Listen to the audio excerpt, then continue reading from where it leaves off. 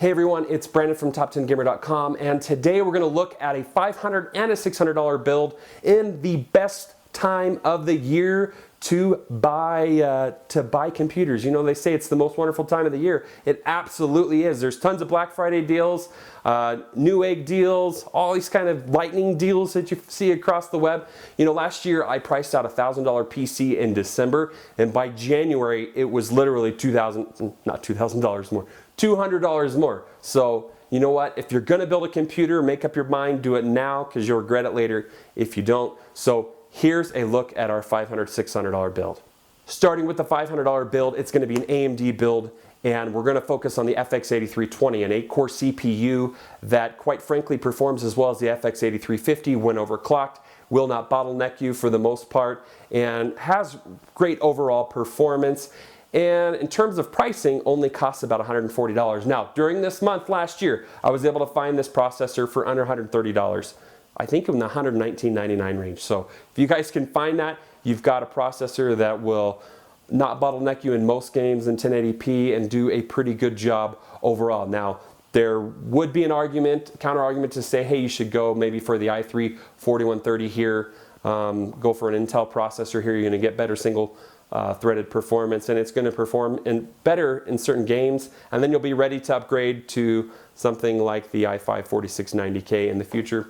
And you know, you've got a point. If you want to go that direction, you certainly can. But for this build and for what we're trying to do, this CPU works out the best. For graphics card, we're going to go with one of the most popular graphics cards on the market. It's the 750 Ti, which I've been able to find for about 120 bucks.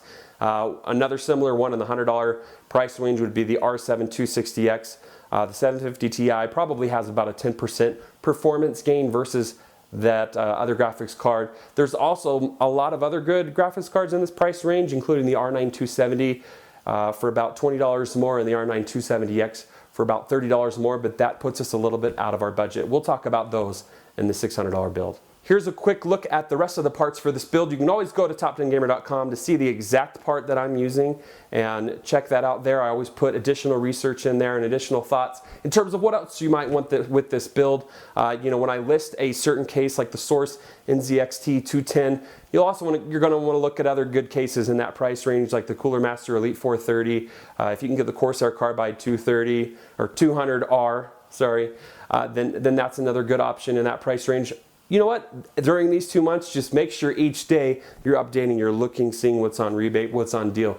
You might be able to find, you know, a $50 case for like 20 bucks. So that goes the same for the power supply. I know I've been recommending the EVGA 500 watt power supply, but there's always some good Corsair values out there, good rebates that come into play. So make sure you're looking for 80 plus certified and anything from like 430 to 500 watts for this particular build.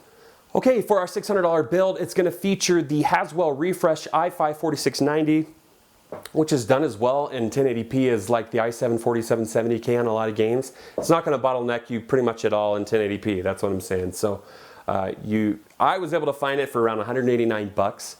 And you know, we're not going to plan on overclocking it. If you want to get the overclocked version, the i5 4690K is about $230 right now.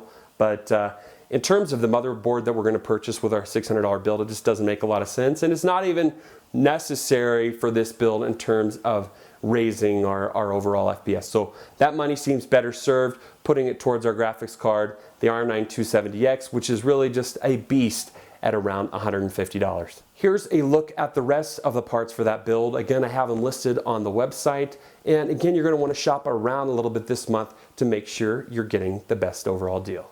Okay, as promised, now it's the part of the build where we're going to see what kind of performance that we get, since the performance is mainly related to the video card here. I don't think the FX8320 and 4690 are going to be that different in terms of performance. I do believe you'll get slightly better performance out of the i5 4690, and it'll feel like the better CPU overall in terms of your overall computing experience. But here is a comparison of the R9 270X, 270, GTX 750 Ti, and R7 260X. Okay, that's all I have for you guys today. If you don't mind, I just thought I'd talk about something personal really quick. I know I said I'd make a few videos a week, but I'm just getting back after last week because last Wednesday I had endoscopic sinus surgery. Now, if you don't know what that is, they just put some stuff up your nose and basically fix a bunch of, they basically fixed 5 different things in my nose, from my deviated septum to snipping some polyps, opening up sinuses, doing all kinds of stuff that you can do in a nose, and it's pretty painful. So it was gone for a while, but the reason I had that surgery is because I've had sleep apnea type symptoms. Now, when you say the word sleep apnea, people really, you know, they kind of jump out of their seat a little bit because it can be such a deadly thing. But I think sleep apnea really is only scary when you don't do something about it. So if you have sleep apnea, make sure you're kind of heading in the right direction in terms of going and seeing a doctor. Don't be afraid of going to see a doctor. Back in January, because I was having these symptoms, I went and lost some weight, and that did help a little bit, but I gained that weight back.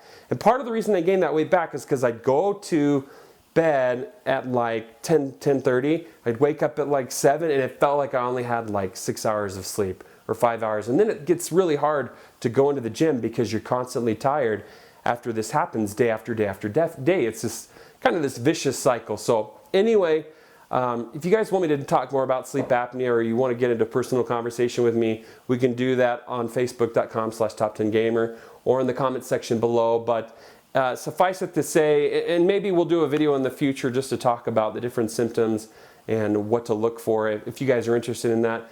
But anyway, I'm tackling this problem, going forth, feeling really good now, feeling like I can breathe out of my nose like I really never have before. So pretty fantastic thing. Anyway, hopefully you guys like this video. You like those 2 builds. If you have any questions about them, don't feel shy to ask about it. I'm here to help. Also, if you want the channel to grow, help me out by liking and pressing that subscribe button.